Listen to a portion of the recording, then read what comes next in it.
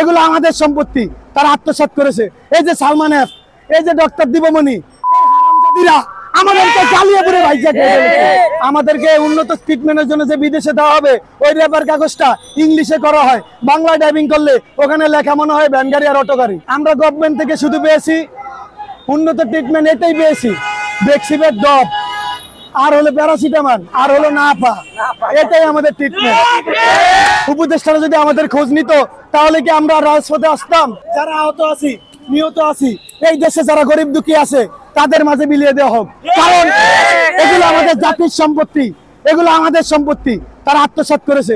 এই যে সালমান এফ, এই যে ডক্টর দীপমণি, এই হারামজাদিরা আমাদেরকে জ্বালিয়ে পুরে ভাইজা খেয়ে ফেলেছে। আজকে তাদেরকে রিমান্ডে এনে 2 দিন 3 দিন জিজ্ঞাসাবাদ করার পরে তাদের বিচার শেষ। তারা বিভিন্নভাবে জামিন দিচ্ছে।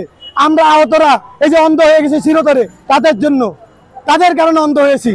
আমি আবারও বলতে চাই, স্বৈরাচার হাসিনার যারা লিক আছে, এই লিক নিয়ে প্রতিহত করতে হবে। কিন্তু আমরা ভাই, আমাদের যদি উন্নত ট্রিটমেন্ট না পাই, আমরা যদি আমাদের পুনর্বাসনের ব্যবস্থা না পাই, আমরা যদি আমাদের সুচিকিৎসাটা না পাই, আমরা যদি জাতির সম্মানটা যদি আমাদেরকে না করা হয়, তাহলে আমরা রাজপথে থাকবো। আমাদের সাথে যদি এই 17 জন উপদেষ্টা বা কেন্দ্রীয় সমন্বয়ক তারা যদি আমাদের সাথে বৈঠক না দেয় বা আমাদের সাথে সমন্বয় না করে, তাহলে আমাদের কর্মসূচি আবারও আপনাদেরকে জানিয়ে দেওয়া হবে। সেটা কঠোর কর্মসূচি হবে। সেটা হবে আহতদের, হয়তো লুলা ল্যাংলা যা আছে সবাই আসবে, ওখানে সবাই রাস্তায় আসবে। কারণ আমরা চাই না তাদেরকে বিতর্কিত করতে, কিন্তু তারা আমাদেরকে বাধ্য করতেছে ইতিমধ্যে। উপদেষ্টারা যদি আমাদের খোঁজ নিত তাহলে কি আমরা রাজপথে আসতাম?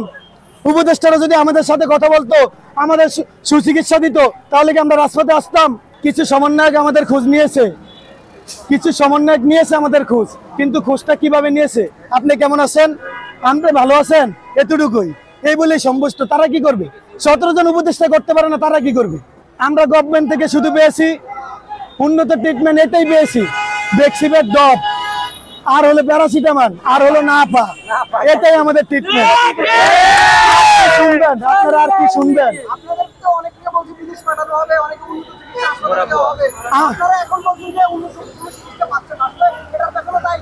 আরে ভাই, আমাদেরকে উন্নত ট্রিটমেন্টের জন্য যে বিদেশে দেওয়া হবে, ওই রেপার কাগজটা ইংলিশে করা হয়, বাংলা ড্রাইভিং করলে ওখানে লেখা মনে হয় ভ্যান গাড়ি আর অটো গাড়ি।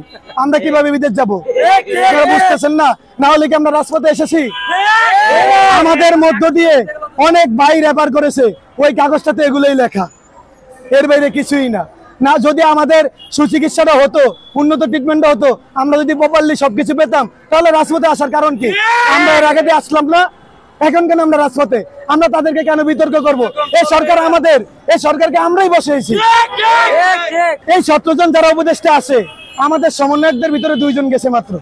তো আর যারা আছে তাদের বয়স 70, 80, 60, হয়তোবা তারা এটা নিয়ে দৌড়দৌড়ি করতে পারতেছে না। তাদের একটা মন্ত্রণালয়ে কাজ করার অভিজ্ঞতা আছে, কিন্তু তারা করতেছে 10টা মন্ত্রণালয় নিয়ে। তাহলে আমরা কিভাবে আগাবো বা আমাদের কাজটা কিভাবে হবে? আমি চাই 17 জন উপদেষ্টা যারা আছে, ওখানে আরো 40 জন নিয়োগ দেওয়া হোক। সমস্যা কি? এই দেশে আরো জ্ঞানী ব্যক্তি আছে, তাদেরকে নিয়ে কাজ করুক, আমরা ভালো থাকি, আমরা আহতরা সুস্থ হই, আমাদের ট্রিটমেন্টটা হোক। সংবাদ, ফিচার ও অনুষ্ঠানের জন্য ভিজিট করুন সংবাদ প্রকাশের ওয়েবসাইট এবং যুক্ত থাকুন ফেসবুক পেজ ও ইউটিউব চ্যানেলের সঙ্গে।